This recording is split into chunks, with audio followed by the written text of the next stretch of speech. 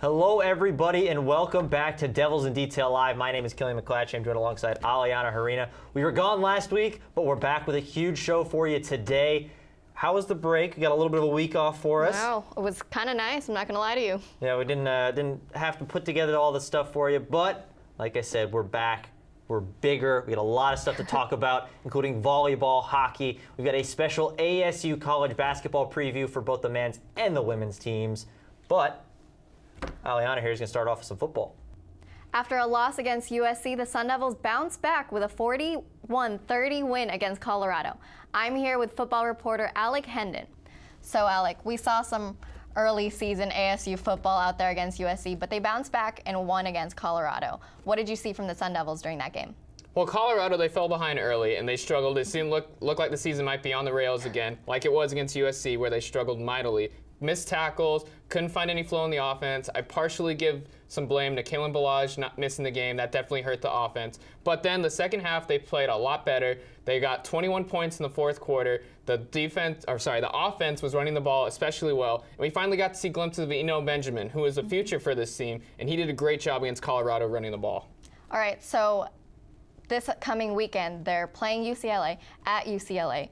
What are you looking for from the Sun Devils, and how is Rosen's availability going to affect their game? Rosen's availability affects everything. He's a dynamic talent. He's one of the best quarterbacks in the Pac12, and he probably has a future in the next level. If he can't go, that's a huge advantage for the Sun Devils. And UCLA is a tricky team. They're 4-0, perfect at home, but 0-5 on the road. This is the team that I think ASU is better than, but it's just a matter of if they're able to come out and play well. They don't play well on the road like they did against Utah a couple weeks ago. All right, well, thank you so much for joining me. Great stuff as always. Now let's go to Killian and Jordan as they look into what's starting up with the men's basketball team. Basketball season is finally here as the Sun Devils tip off this Friday night. We welcome in Jordan K. Jordan, let's get started here. The Pac-12 is a very solid basketball conference. What is the outlook in your mind as a conference as a whole? I think it's really built into a few tiers. First of all, you've got your first tier, and that comprises of one team. That's Arizona. They're going to be competing for a national championship, and everyone else in the Pac-12 is going to be trying to catch them and probably failing in that effort.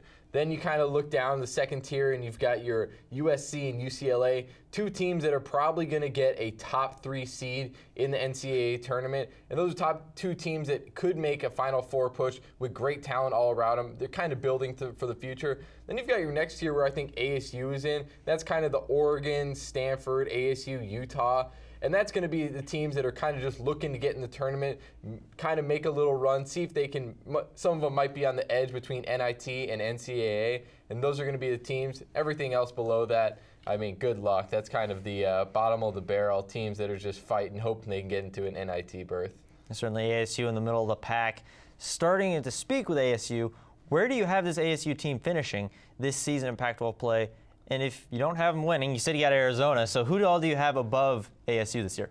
Yeah, so I think ASU is going to come in right around 5 or 6, and with those teams above them obviously being Arizona, bringing back Alonzo Trier, possibly could be the best player in the country. And then you've got the unbelievable freshman DeAndre Ayton from just a few miles away, and that team is loaded. Probably the best team that Arizona has ever had, and if they don't win the national championship, going to be an utter disappointment in Tucson.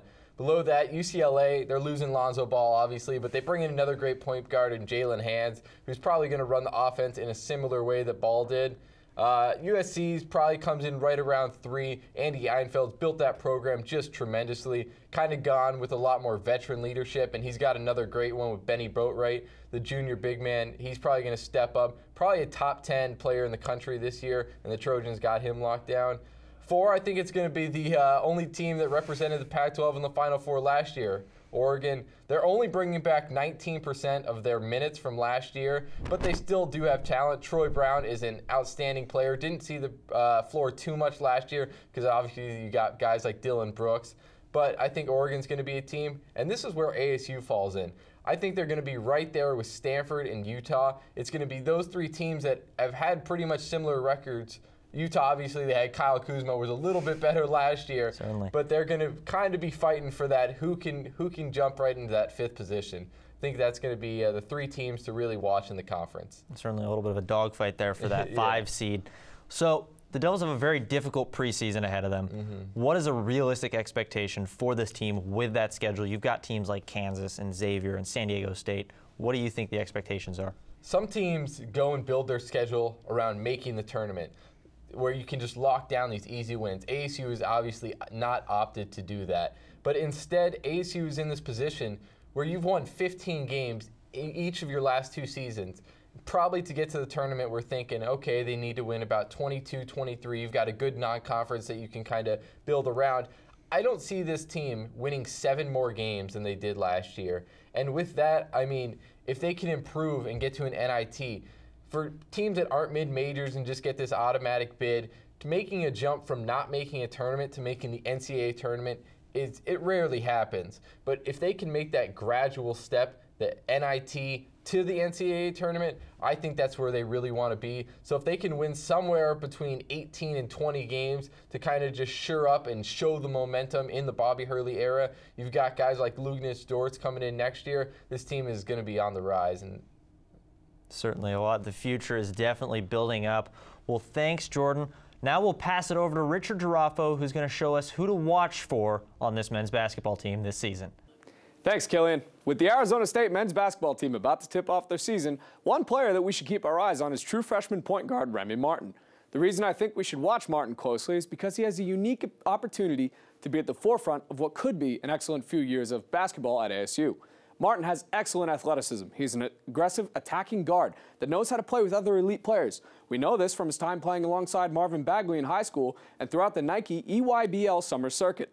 While there is plenty to like about Martin, there are a few flaws in his game that he will have the opportunity to fine-tune and improve throughout his freshman season. Martin should be set up to thrive coming off the bench for Bobby Hurley's squad. He will be a key bench contributor as the Sun Devils try to make the March Madness tournament for the first time since 2014 and 15. Martin must be concise with his decision-making. He must improve his shooting off the dribble and generally adapt to the speed of college basketball. Martin has freak athleticism that will ease his transition into the faster-paced game, and in a year's time, he will look to be a leader on this team. Overall, Sun Devil fans should be very excited about Martin and his development. His talent is undeniable, his skills are raw, but the potential is very high. Martin has a chance to learn from senior leaders Trey Holder, Shannon Evans, and Cody Justice, which will no doubt help him grow. Keep an eye on Remy Martin's freshman season at Arizona State University, as he could be a positive sign of things to come for the Sun Devils. I guess we'll just have to see what Remy Martin makes of his ASU career then. Now I'm joined with Trevor Boothe to talk a little bit about ASU schedule. Trevor, up here we see SDSU, Kansas, Arizona. What's going on with the men's basketball schedule? Well, you're right, Alyanna. They do have a lot of tough opponents they're going to play this year. Their home opener is going to be Friday night against Idaho State. Get your first look at this team, kind of see the senior leadership that Trey Holder and Shannon Evans are going to bring for this team. And then you open up and you have really 2 tough non-conference games when you look at San Diego State and Kansas. And both of those programs you think sustain success. And that all starts with the conference championships. In San Diego State, they've won 5 out of the last 7 Mountain West Conference championships. Kansas, 13 straight Big 12 championships. I don't know how you can get more successful than that. So these are teams that perennial postseason teams that typically tend to get to the tournament every single year. So it's going to be really interesting to see how the Sun Devils fare at home in one game and then on the road in the other. It shows just a testament about how much Bobby Hurley's looking to push this team as they advance forward in the coming years. So like you said, they're facing SDSU, Kansas, Vanderbilt, and Xavier also on that non-conference slate. How do you think this is going to prepare the Sun Devils for the regular season? Well, you look at these 2 conference foes right here. You have Arizona, who's ranked as high as #1 in some preseason polls, and then USC, who's ranked #11 in the AP poll. And you look at both of these teams, and they both kind of have seniors that lead their teams. When you look at a guy like Dusan Ristic for Arizona, and then you also have a junior in Alonzo Trier, who's potentially going to be Player of the Year this year, as well as a #1 overall draft pick potentially in DeAndre Ayton, who if you put him in a basketball lab, this is the guy you'd want to build, a guy who can post up, bring the ball up the floor, and also shoot the rock tremendously. But I really think they should key on what they can learn from this USC matchup. Andy Enfield, ever since he's come over from Florida Gulf Coast, has really tried to build a team that's built to compete at the upperclassmen level, and they have 4 guys. When you look at Benny Roatwright, Chimezi Metu, and then also Jordan McLaughlin and Elijah Stewart, guys that have really built this program from the ground up and who are going to look to take this team deep into March Madness. And unfortunately for the Sun Devils, you can't get a top 5 recruit every year. It's just not feasible. So when you look at a team like USC, this is a team you want to model and build yourself after, especially next year when a lot of good transfers and Lugenstadt's going to come in for the Sun Devil team. Right, and the Sun Devils coming from last season virtually having no front court to this season, it's definitely going to be a big change, and it's going to be a challenging year for the Sun Devils. Absolutely. Well, thank you for joining me. Great Thank stuff you. as always. For more from Trevor, you can visit us at devilsindetail.com. Now we throw it over to Killian and Bo for a little bit of Sun Devil volleyball. Now I've got Bo Wilkinson here with me as we take a little break from all the basketball talk. We'll talk a little Sun Devil volleyball. Welcome in, Bo. How you doing? I'm doing great. How are you? You know, I'm doing pretty good. I know the Sun Devils haven't been doing as great so far this season. They dropped both matches this past weekend to the LA schools. What did you see from those matches? Yeah, so like you said, the Sun Devils lost both matches in 4 sets to USC, and then they got swept by UCLA. But all 4 sets against USC were very close, but they couldn't get it done there. But a positive thing from this past weekend, Greer Hughes was very good in both matches as she led the team in kills. Certainly, you know, kind of building up. That seems to be the story. This team's so close, yet still they can't just seem to pull out the win. So the team has 6 matches left this season. They're still winless in conference play. Do you see this team getting a win this season? Yeah, I do think they will get at least 1, maybe 2. 2 of those 6 games are against top 15 opponents, Oregon and Utah. But I do see them being close in the other 4. I think they could pull out a win against Washington State and Colorado. Certainly, so there's 2 of the matches. So if they are going to win, put on your coach's cap now. I know you've been watching the volleyball team all season long. What does this team have to do in order to win one of those matches? I think they got to finish out those close sets. When it gets close near the end, they got to start finishing those. When you're a team at the level of Arizona State, you can't allow to lose those matches. And I think Greer Hughes also needs to keep playing so good offensively if they want to win one. Certainly, she has been hot. Well, thanks, Bo. The volleyball season is close to wrapping up, but as you've seen so far, the basketball season is just getting started. Alyanna is with Scotty to preview the women's basketball team now. Thanks, Killian. So, Scotty, let's talk about ASU women's basketball. More importantly, not more importantly, just to focus on their coaching staff this season. Charlie Turner-Thorne, she's not coming back, but she's been with the team for a couple seasons. Some would say she's kind of a big factor to it. A little bit. What do you see her bringing into this more youthful ASU team this year? So really, it's funny how you say that, more youthful, because on Charlie Turner-Thorne's 21st season as head coach, this is the first season where they have no seniors on the team. So a lot of freshmen and sophomores, a couple juniors, but really the big goal for Turner-Thorne this year is to turn a young team with a lot of speed and a lot of potential into a conference contender that can play in big games against their Pac-12 components. Right, she's also surrounded with herself with a bunch of veteran coaching staff. What do they have to bring onto that team? So really, veteran coaching staff, after losing Meg Sanders last season, or after she resigned after the end of season, for 14 seasons as an assistant coach, she went back to an old friend and picked up Terry Mitchell, who's a coach at Marquette for the past 18 seasons, led them to 15 postseason runs. So really, it's great to have another veteran in there, and she's really going to look for her a lot in big situations. So it's nice to have 2 veteran coaches, especially with such a young, youthful team. All right, so I've berated you enough about the veteran coaches. What about the new coaching staff that's coming in? So we talked about Mitchell, a new coach, but she's a veteran. She knows what she's doing. We have 2 new coaches that I want to focus on. First one is Angie Nelp, who's coming over from Rice University, who recently led them to a WBI championship, the first in the Rice University women's basketball program history. So she's coming over. She played at Colorado State. She was a Mountain West Defensive Player of the Year. So she's very smart on the defensive side, and she'll really improve the front court for ASU, which has seemed to be their weak spot so far here in the preseason. All right, well, that's all I have for you. Thank you so much for your time. We're not done with basketball just yet. Let's go to Killian and Carson for more on women's basketball. Thanks, Alyanna. So we've got some of the big games on the schedule here. Carson, what game should we be looking for here for the schedule? With ASU women's basketball beginning this Sunday, let's dive into the schedule and take a look at the team schedule. The Devils kick off this season against UTSA. The Roadrunners went with a losing record last year in Conference USA, which isn't exactly the cream of the crop for the women's basketball world. And then, however, the Devils take on Mississippi State in the Cancun Challenge. And Mississippi State, they're a really good team. They actually went to the national championship game last year and upset UConn in the Final Four. They returned some of their key players in Victoria Vivians and Morgan William. And William is the player who hit the game-winning shot against UConn in the Final Four.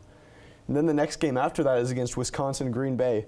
And they are a mid-major team, but they are no cupcake, as they have won the Horizon League's regular season conference championship every year since 1999. Certainly. So if you look just at the beginning, the Cancun Challenge, definitely, there's a lot of very good teams. You have the Sun Devils going there. You've obviously got Mississippi State, Green Bay, and another solid team that's going to be on the other side, too. Looking at this, the preseason for this women's basketball team, it's strong. They've got a lot of very tough non-conference opponents. Looking forward, definitely up Florida State and Arkansas. You'll touch on them. Oh, yeah. How do you think this schedule is going to help them lead into conference play, especially when they're trying to get back to the NCAA tournament and start to try and make a little bit more noise after being upset a few times the last few years? I think it will actually help their resume when the tournament committee looks at how tough of a schedule they've played, and I expect them to win every game that I don't have listed on here because they play a lot of easier teams, and I expect them to win against UTSA, and probably they should be able to sneak a win against Green Bay. And then one of their tougher games after the Cancun Challenge is against Florida State, who made it to the Elite Eight last year before being eliminated by eventual national champion South Carolina. So they're always a strong team. And then the team wraps up non-conference play against Arkansas, who is in the SEC. And the SEC is one of the best conferences in women's college basketball, but they finished dead last in the conference. So the Sun Devils should be able to sneak out a win in that one. And then on Friday, December the 29th, the team opens up Pac-12 play against Colorado. Colorado went 17-16 last year and qualified for the women's NIT. The Buffs were eliminated in the round of 16 in the tournament, which is for teams that did not qualify for the main NCAA tournament. Certainly, and so looking at this entire schedule, Pac-12 play, we'll certainly dive into that more as the season goes along. But looking at it, do you like the way that they put the schedule together for this season? I do like the way they put it together because they have their cupcake games against teams like Colgate and Columbia. They should be able to win those. And then they have some tests. Mississippi State will probably be a loss looking at how experienced they are. They have a lot of star power. But I think they could be able to pull off an upset against a team like Florida State, and I think they could sneak away a win against Green Bay, as I mentioned earlier. All right, certainly. Well, thanks, Carson. Very tough schedule here for the women's team. We'll have to look and see if they've got what it takes to win these games and get back to the NCAA tournament. We're now going to throw it over to Alex, who's here to tell us about a few new faces to keep an eye on for this women's basketball team.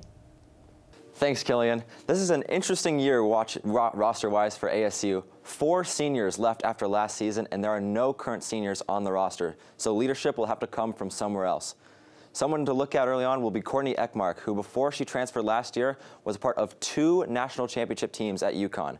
She switched to ASU to earn more playing time, and after redshirting last season, she should have a sizable role at her new school. In high school, she was Arizona's Gatorade Player of the Year back in 2013, averaging about 19.5 points per game along with 5 rebounds and 4 steals. So she definitely has the talent to be a major contributor to this team, and she has plenty of experience around a winning environment that should help out in the locker room. Another possible big surprise for leadership should be Sophia Alenga, who is coming in after transferring from community college, where she was 2 years running all-region first team for her school, and last season she led her team to the regional championship. So perhaps she can come in and surprise some people as a real leader on this team. Finally, I'd like to talk about Riley Richardson, who's entering her sophomore season. She led the Devils in assists last year as she earned Pac-12 All-Freshman Honorable Mention Award, and she also played for the USA Basketball Women's U19 team at the 2017 FIBA U19 World Cup in Italy, where USA won a silver medal, and that should have been a great experience for her and her progression as a player, playing with such great teammates, great coaches, and against very difficult competition. So we'll see what kind of progression she makes going into this season. So a few familiar faces, some new faces, but ASU has a very intriguing roster, and it'll be very exciting to see what they can do. Thanks, Alex. I'm here with Josh Schaefer to talk some ASU hockey. So, Josh, last show we talked about a little bit about how ASU starts off their games kind of slow, struggling a little bit. Against Alabama, Huntsville, they kind of did the opposite of that, in which they won the first game of the series and then lagged off in the second game. So what did you see from the Sun Devils in that?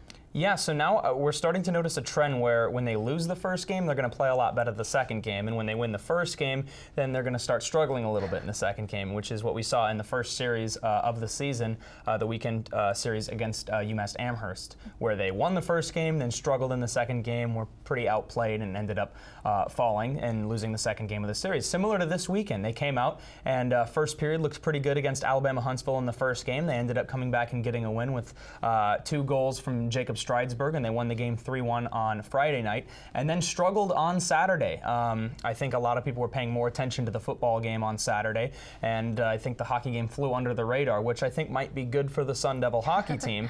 But going forward, this is something that they really need to improve on. You know, they dropped the first game, and it's something about them getting fired up, and if it's a motivation factor that helps them play better in the second game, that's one thing, and maybe they're just getting a little bit too ahead of themselves whenever they win the first game. It's something that they need to figure out, and something that hopefully doesn't come back to haunt them later in the season. All right, so going off of that, they're facing Penn State coming up. Big game at Glendale. What do the Sun Devils need to do to prepare for that game? Well, bottom line, something we talked about on our hockey roundtable was special teams. The power play and the penalty kill, it's been detrimental for the Sun Devils, to the Sun Devils' record this season when they struggle in regards to special teams. This past weekend, they entered the series with Alabama Huntsville at about 75% on the penalty kill, and their power play was just awful. Well, they did get a power play goal against Alabama Huntsville in the first game, and their penalty kill only conceded 1 power play goal throughout the 2-game series. So Coach Powers has been pretty high on the team's penalty kill. But in regards to the power play, especially against a very good Penn State team, a very disciplined team that doesn't tend to take a whole lot of penalties, when they get opportunities to go up a man, they need to figure out a way to put the puck into the back of the net, or they just truly won't be successful against the Nittany Lions. All right, well, we'll just have to see then. Thank you so much for joining me. Of course. For more from Josh and the rest of the ASU hockey coverage team, and to check out that roundtable, make sure to visit us at devilsindetail.com. That's certainly a great way to cap off a fantastic show that we got, the hockey team. Getting a little bit of a break there like we were last week, but they'll certainly be back. They got Penn State, as Josh was mentioning. That's a pretty big game, too, Gila River Arena. It certainly is. You're going to get the big crowd there for the hockey team. But certainly, I think that's what we've got for you. Big college basketball. It's tipping off this week, so make sure you pay attention to them. Best time of the year. As always, for more from everyone you saw on the show here today, make sure to visit us at devilsindetail.com or follow us on Twitter at devils_detail. Thanks for joining us.